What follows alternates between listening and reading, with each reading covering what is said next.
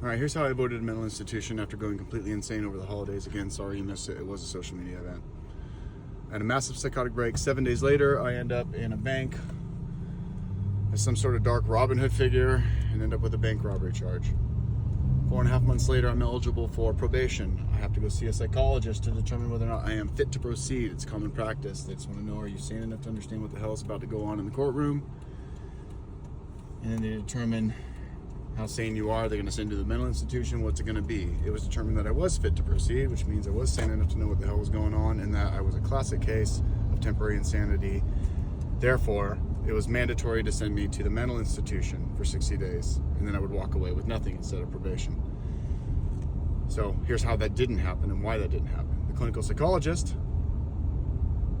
is now retired, so I'm going to make it clear that he kind of helped us out here instead of slightly throwing him under the bus a little bit, but he is a retired good man. So because I've been showing psychedelic use on social media leading up to that, everybody thought I was on drugs and was using psychedelics, even though there was no psychedelics used at all, especially not during the 7-day period of time, except for what I had shown on social media. And I loved everybody believing that because I was a psycho at the time. I was throwing everybody off my trail. The reality was much worse, and that I was completely insane. And the court agrees that is much worse.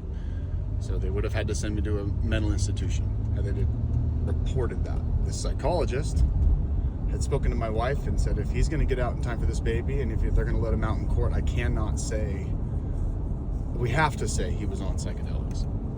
We have to report that. Otherwise, it'll be mandatory he goes for the 60-day mental institution period of time, and then he'll get off on the temporary insanity.